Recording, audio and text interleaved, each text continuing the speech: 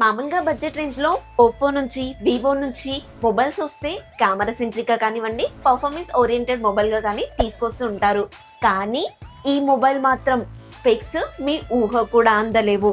ఆ మొబైల్ మరేంటో కాదు, Oppo K15. ఈ మొబైల్ గురించి మాట్లాడుకునే ముందు కాస్త ప్రీవియస్ మొబైల్స్ గురించి కూడా మాట్లాడుకుందాం. 2025 లో ఒప్పో K13 మొబైల్ అయితే లాంచ్ చేశారు. ఆ మొబైల్ ని కేవలం 17,000 రూపాయల బడ్జెట్ లోనే తీసుకొచ్చారు. స్పెక్స్ అయితే అల్టిమేట్ గా ఉన్నాయి. అందుకోసమే ఆ మొబైల్ ని చాలా మంది ఇష్టపడ్డారు కూడా. నెక్స్ట్ ఇయర్ దానికి సక్సెసర్ వర్షన్ గా ఆ మొబైల్ అంతా సక్సెస్ అయినప్పుడు నెక్స్ట్ ఇయర్ తీసుకొచ్చే మొబైల్ ఇంకెంత సక్సెస్ అవుతుందో అని వెయిట్ చేశారు. కానీ ఆ మొబైల్లో ఎంత దారుణమైన స్పెక్స్ ఇచ్చారు అంటే, AMOLED ప్యానల్ నుంచి LCD కి దిగిపోయారు. మంచి ప్రాసెసర్ నుంచి Dimensity 6000 ప్రాసెసర్ కి అయితే వచ్చేసారు. ఈవెన్ ఛార్జింగ్ స్పీడ్ ని కూడా వీలైతే కట్ చేసేసారు. మరి కొత్తగా రాబోయే ఈ ఒప్పో K15 మొబైల్ లో ఏం చేశారో ఈ వీడియోలో మాట్లాడుకుందాం. అసలే ఈ మధ్య ప్రైజెస్ చాలా హైక్ అవుతున్నాయి కదా, మరి ఏం కట్ చేశారో, ఏం కొత్తగా తీసుకొస్తున్నారో చూద్దాం. 7 కోట్ల మంది ఇండియన్స్ యూజ్ చేస్తున్న ఈ UPI యాప్ మాత్రం ప్రతి ట్రాన్సాక్షన్ కి కూడా క్యాష్ బ్యాక్ అనేది ఇస్తుంది. నేను వాడి మీకు చెప్తున్నాను. ప్లే స్టోర్ లో 10 కోట్ల కన్నా ఎక్కువ మంది ఇన్స్టాల్ చేసుకున్న ఈ UPI యాప్ లింక్ వచ్చేసి మన ఛానల్ హోమ్ పేజ్ లో ఉంటుంది. కమెంట్ బాక్స్ లో పిన్ చేసి పెట్టాను అండ్ డిస్క్రిప్షన్ లో కూడా ఇస్తున్నా. రీసెంట్ గా ఒప్పో K15 మొబైల్ చైనాలో అయితే లాంచ్ చేశారు. అక్కడ స్పెక్స్ అయితే చాలా బాగున్నాయి. మరి అవే స్పెక్స్ ఇండియాకి తీసుకొస్తారా అండ్ ఇండియాకి ఎప్పుడు వస్తుందా అనే విషయాన్ని డీటెయిల్ గా మాట్లాడుకుందాం. Chinese variant unboxing reference video చూసే ముందు నేను ప్రియాంక, మీరు చూసింది Priyanka tech news. Welcome back to the channel. అందరికీ ముందుగా అలర్ట్ అనుకోవచ్చు, లేదంటే ఇన్ఫర్మేషన్ ఇస్తున్నానని అనుకోండి. ఆగస్ట్ 8 నుంచి అమెజాన్ ఇంకా ఫ్లిప్కార్ట్ లో సేల్స్ అయితే స్టార్ట్ అవబోతున్నాయి. ఇక ప్రైమ్ మెంబర్స్ కి, ఫ్లిప్ మెంబర్స్ కి అయితే 1 డే ముందు నుంచే సేల్స్ అనేవి కనిపిస్తాయి. ఆ సేల్స్ కి సంబంధించిన వీడియో, ఏ మొబైల్స్ పైన ప్రైజెస్ డ్రాప్ అవుతాయి, ఏ గ్యాడ్జెట్స్ మీద ప్రైజెస్ డ్రాప్ అవుతాయి, డీటెయిల్ గా డెడికేటెడ్ గా ఒక వీడియో చేశాను.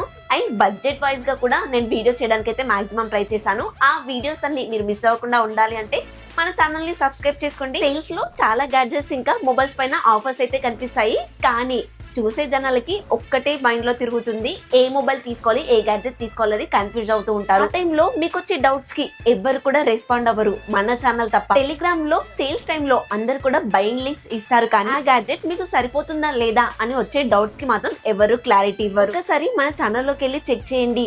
ప్రతి ఒక్క కమెంట్ కి కూడా 100% రీప్లైలు అయితే ఇస్తున్నాను. మీకా నమ్మకం వస్తే మన ఛానల్ ని సబ్స్క్రైబ్ చేసుకోండి. ఇన్ఫర్మేషన్ మీకు నచ్చితే లైక్ చేయండి. హైప్ పాయింట్స్ ఉంటే మాత్రం ఇవ్వడం మర్చిపోద్దు. బాక్స్ వచ్చేసి వైట్ కలర్ లో కనిపిస్తుంది. బాక్స్ పైన పర్పుల్ కలర్ లో K అని అయితే మెన్షన్ చేస్తున్నారు. బాక్స్ ఓపెన్ చేసే మొదటిగా మరొక బాక్స్ ఉంది, దాంట్లో కేస్ ఉంది, పేపర్ వర్క్ ఉంది. మిడిల్లో వచ్చేసి మొబైల్ ఉంటుంది, బాటమ్ లో వచ్చేసి 80 వాట్ ఫాస్ట్ ఛార్జర్ కేబుల్ కూడా ఇస్తున్నారు. ఫైనల్ గా ఈ అన్బాక్సింగ్ నాదైతే కాదండి, బాక్స్ కంటెంట్ ఏంటి అని చూపించడానికి మాత్రమే రిఫరెన్స్ గా ఈ వీడియో ప్లే చేస్తున్నాను. ఈ మొబైల్ వచ్చేసి ఒప్పో K13 K14 కన్నా చాలా డిఫరెంట్ లుక్ లో అయితే కనిపిస్తుంది. కంప్లీట్ గా గేమింగ్ సెంట్రిక్ మొబైల్ లాగా అయితే కనిపిస్తుంది బ్యాక్ సైడ్ నుంచి చూస్తుంటే. చైనాలో వచ్చేసి 12GB 256GB ఒక్కటే వేరియంట్ అయితే తీసుకొచ్చారు. ప్రైస్ చాలా ఓవర్ గా పెట్టారు. మరి ఇంత ఎక్కువ ప్రైస్ ఎందుకు పెట్టారు అని చెప్పేసి స్పెక్స్ చూసిన తర్వాత మీకే అర్థం అవుతుంది, లేదంటే నేను వీడియో చివరిలో చెప్తాను. అదే ఇండియాకి వచ్చేప్పటికి ఏ ప్రైస్ లో తీసుకొస్తారు, మరి అవే స్పెక్స్ ఇండియాకి వస్తాయా లేదా కూడా చూసుకుందాం. డిజైన్ గా బిల్డ్ క్వాలిటీ చూసుకున్నట్లయితే ఫ్రంట్ వచ్చేసి ఫ్లాట్ డిస్ప్లే ఇస్తున్నారు. చుట్టూ ఫ్రేమ్ అంతా కూడా అల్యూమినియం ఉంటుంది. బ్యాక్ సైడ్ వచ్చేసి ఫైబర్ ఇస్తున్నారు. బ్యాక్ సైడ్ డిజైన్ వచ్చేసి చాలా యూనిక్ గా ఉంది. కెమెరా డెకో చూసుకున్నట్లయితే అల్యూమినియం ఉండి అండ్ స్క్రూస్ కూడా ఇచ్చారు. కెమెరా డెకోలో అండ్ కెమెరాస్ పక్కన మొబైల్ కి బాటమ్ లో కూడా 3 RGB లైట్స్ అయితే ఇచ్చారు. మీరు ఛార్జింగ్ పెట్టినప్పుడు, గేమ్స్ ఆడుతున్నప్పుడు, నోటిఫికేషన్ వచ్చినప్పుడు, కాల్స్ వచ్చినప్పుడు ఈ లైట్స్ అనేవి బ్లింక్ అవుతూ ఉంటాయి. అండ్ మీరు ఈ లైట్స్ ని అడ్జస్ట్ కూడా చేసుకోవచ్చు. పూర్తి కంట్రోల్ అనేది మన చేతిలోనే ఉంటుంది. ఈ మొబైల్ లో కూడా ఒప్పో K13 టర్బోలో మనం ఫ్యాన్ చూసాం కదా, అలాంటి ఫ్యాన్ సెటప్ ఇందులోనూ కనిపిస్తుంది. మెయిన్ కెమెరా కింద పొజిషన్ లో అయితే ఈ ఫ్యాన్ ఇచ్చారు. పవర్ ఆన్ ఆఫ్ బటన్ ఉంటుంది కదా, అక్కడ నుంచి అయితే హీట్ గాలి అనేది బయటకు వెళ్ళిపోతుంది. డిస్ప్లే ఫింగర్ ప్రింట్ సెన్సార్ తో వస్తుంది. డ్యూయల్ స్పీకర్స్ కూడా ఇస్తున్నారు. ఇందులో ఫ్యాన్ ఉన్నప్పటికీ కూడా కంప్లీట్ IP69 వాటర్ రేటింగ్ అయితే ఇస్తున్నారు. NFC సపోర్ట్ చేస్తుంది, IR బ్లాస్టర్ కూడా సపోర్ట్ చేస్తుంది. అది కూడా చైనీస్ వేరియంట్ లో. Wi-Fi 6, Bluetooth 5.4 టెక్నాలజీతో పాటు USB Type-C పోర్ట్ తోనే వస్తుంది. 8.27mm థిక్నెస్ తో 205 grams వెయిట్ వరకు అయితే ఉంటుంది. అది కూడా స్క్రీన్ ప్రొటెక్షన్ పౌచ్ లేకుండానే. ఒకవేళ మీరు ఈ మొబైల్ కి స్క్రీన్ ప్రొటెక్షన్ పౌచ్లు వేసారంటే ఇంకా వెయిట్ అయితే ఎక్కువగానే వస్తుంది. డిజైన్ ఇంకా బిల్డ్ క్వాలిటీ విషయంలో సాలిడ్ గా కనిపిస్తుంది. ఏది కూడా మిస్ చేసినట్టుగా నాకైతే అనిపించట్లేదు. ఓపోలో ఫస్ట్ టైం కే సిరీస్ లో, అది కూడా బేస్ వేరియంట్ లో చుట్టూ ఫ్రేమ్ అల్యూమినియం అయితే తీసుకొస్తున్నారు. ఒక ఫ్లాగ్షిప్ ఎక్స్పీరియన్స్ అయితే కలుగుతుంది. ఫ్యాన్ కూడా చాలా హై స్పీడ్ దే వాడామని అండ్ నాయిస్ కూడా చాలా తక్కువగా వస్తుందని వీళ్ళైతే క్లెయిమ్ చేస్తున్నారు. మొత్తం 2 కలర్స్ వేరియంట్ లో వస్తుంది. ఒకటి వచ్చేసి సిల్వర్, మరొకటి వచ్చేసి గ్రే కలర్.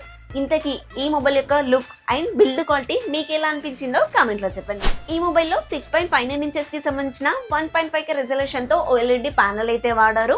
128 రిఫ్రెష్ రేట్ అయితే సపోర్ట్ చేస్తుంది. 1200 HPM తో వస్తుంది. HDR10+ కూడా సపోర్ట్ చేస్తుంది. డాల్బీ విజన్ లాంటి సపోర్ట్ లేదు, కానీ 5.1L1 సపోర్ట్ ఉంటుంది కాబట్టి OTT కంటెంట్ అంతా కూడా ఫుల్ HD లో చూడొచ్చు. రిజల్ట్స్ కూడా చాలా తక్కువగా ఉన్నాయి. మొబైల్ లుక్ చూస్తుంటే కే సిరీస్ కాదు, రెనో సిరీస్ చూస్తున్నామా అనే ఫీలింగ్ అయితే కలుగుతుంది. ఈ సిరీస్ లోనే 1.5K రిజల్యూషన్ తో AMOLED ప్యానల్ అంటే ఇది కూడా చాలా పెద్ద అప్గ్రేడ్ అనే చెప్పుకోవాలి లాస్ట్ టైం K14 తో కంపేర్ చేస్తే. ఈ మొబైల్ లో Dimensity 7360 సూపర్ అనే ప్రాసెసర్ అయితే వాడుతున్నారు. 4 నానోమీటర్ మీద బిల్డ్ అవుతుంది. ఈ ప్రాసెసర్ తో పాటు టైడ్ ఇంజన్ అనే చిప్ కూడా వాడుతున్నారు. సో మీకు పర్ఫార్మెన్స్ బెటర్ గా ఉంటుంది. స్మూత్ స్క్రోలింగ్ కూడా ఈ మొబైల్ లో పాసిబుల్ అవుతుంది. ఈ రెండో ప్రాసెసర్ బదులు మెయిన్ ప్రాసెసర్ ఇంకాస బెటర్ గా ఇచ్చుంటే బాగుండేది అని నాకు అనిపించింది. LPDDR4X RAM technology, UFS 3.1 memory టెక్నాలజీతో వస్తుంది. Android 16 తోటి, ColorOS 16 తో అయితే చైనాలో లాంచ్ చేశారు. ఈ సిరీస్ అనేది బడ్జెట్ సిరీసే కాబట్టి ఒక 3+4 ఇయర్స్ అప్డేట్స్ అయితే ఎక్స్పెక్ట్ చేయొచ్చు. Antutu ఇంకా గిగ్ స్కోర్ అయితే నార్మల్ గానే వచ్చాయి. ఈ ప్రాసెసర్ హెవీ గేమింగ్ కి అంతగా సూటబుల్ కాదు, కానీ ఫ్రీ ఫైర్ లాంటి గేమ్స్ మాత్రం చాలా బాగా హ్యాండిల్ చేయగలుగుతుంది. గేమింగ్ మొబైల్లోనే ఫ్యాన్ ఇస్తారు కదా, మరి ఈ మొబైల్లో ఫ్యాన్ ఉంది, హెవీ గేమ్స్ ఎందుకు ఆడలేరు అని మాత్రం అనకండి. ఈ ప్రాసెసర్ అంత క్యాపబుల్ అయితే కాదు. బెటర్ ప్రాసెసర్ ఇవ్వచ్చు కదా అంటే, ఇప్పుడున్న సిచ్యువేషన్ లో ఈ మొబైల్లో బెటర్ ప్రాసెసర్ ఇచ్చుంటే ఈజీగా 40,000 క్రాస్ అయిపోయేది. ఈ ప్రాసెసర్ అయితే నార్మల్ యూజింగ్ కి అసలు ప్రాబ్లం అనేది నోటీస్ కూడా చేయరు. ఏ ఫీచర్స్ కూడా ఉంటాయి, కానీ ఎక్కువ ఏ ఫీచర్స్ అయితే ఎక్స్పెక్ట్ చేయకండి. ఈ మొబైల్లో కెమెరాస్ ఇంత హైలైట్ గా ఎందుకు ఇచ్చారో నాకైతే అర్థం కాలేదు. Back side dual camera setup ఇస్తున్నారు. మెయిన్ కెమెరా 50MP OIS కి కూడా సపోర్ట్ చేస్తుంది. సెకండరీ కెమెరా కూడా 50MP ఇచ్చారు. అల్ట్రా వైడ్ డే టైమ్ లో బాగా పర్ఫార్మెన్స్ చేస్తుంది, నైట్ టైమ్ లో కూడా బాగా పర్ఫార్మెన్స్ చేస్తుంది. ఫ్రంట్ కూడా 50MP కెమెరా ఇచ్చారు. ఫ్రంట్ అండ్ బ్యాక్ కెమెరాస్ నుంచి 4K 30fps లో మాక్సిమం వీడియో రికార్డ్ చేయొచ్చు. ఇండియాకి తీసుకొచ్చినప్పుడు ఈ 50MP ultra wide front 50MP cameras ఇవ్వకుండా పర్లేదు, కానీ కొంచెం బెటర్ ప్రాసెసర్ ఇస్తే బాగుంటుంది అని నేను అనుకుంటున్నాను. ఎందుకంటే ఇక్కడ ఫ్యాన్ ఇచ్చారు, కానీ కెమెరా సెంట్రిక్ మొబైల్ లాగా అయితే మార్చేశారు. ఈ లాజిక్ ఏంటో నాకు అర్థం కాలేదు. మరి మీరేమంటారు? ఒక 80MP ultra wide camera, front 32MP camera ఇచ్చి మంచి ప్రాసెసర్ ఇస్తే బాగుంటుంది అంటారా, లేదంటే ఇదే కంటిన్యూ చేస్తే ఇండియాలో కూడా బాగుంటుంది అంటారా? కామెంట్ లో చెప్పండి. ఈ కెమెరా సెటప్ అయితే లాస్ట్ ఇయర్ కాదు, ఎప్పుడు కూడా చూడలేదు ఇండియాలో, అది కూడా కే సిరీస్ లో. ఈ మొబైల్లో 8000 mAh బ్యాటరీ ఇస్తున్నారు. 80W ఫాస్ట్ ఛార్జర్ అయితే సపోర్ట్ చేస్తుంది. బాక్స్ లోనే ప్రొవైడ్ చేస్తున్నారు. బ్యాటరీ ఫుల్ అవ్వడానికి 1 hour పైన టైం అలా తీసుకుంటే, ఇంత హెవీ గేమర్స్ అయినా కూడా స్క్రీన్ ఆన్ టైం 10 hours అలా వస్తుంది. ఒకవేళ నార్మల్ యూజర్స్ యూజ్ చేశారనుకోండి 2 days అయితే పక్కా. K14 తో కంపేర్ చేస్తే బ్యాటరీ పెరిగింది, ఛార్జింగ్ స్పీడ్ కూడా డబుల్ చేశారు. ఓన్లీ ఛార్జింగ్ స్పీడే కాదు, ప్రతి డిపార్ట్మెంట్ లో కూడా Oppo K14 తో కంపేర్ చేస్తే 2 times బెటర్ గా ఉంది. ప్రైస్ విషయానికి వస్తే చైనాలో 12/256GB ఒకటే వేరియంట్ తీసుకొచ్చారని చెప్పాను కదా, అదైతే 33,000 కి అయితే లాంచ్ చేశారు. అదే ఇండియా ప్రైస్ విషయానికి వస్తే బేస్ వేరియంట్ 6GB 128GB కి అయితే తీసుకొస్తారు.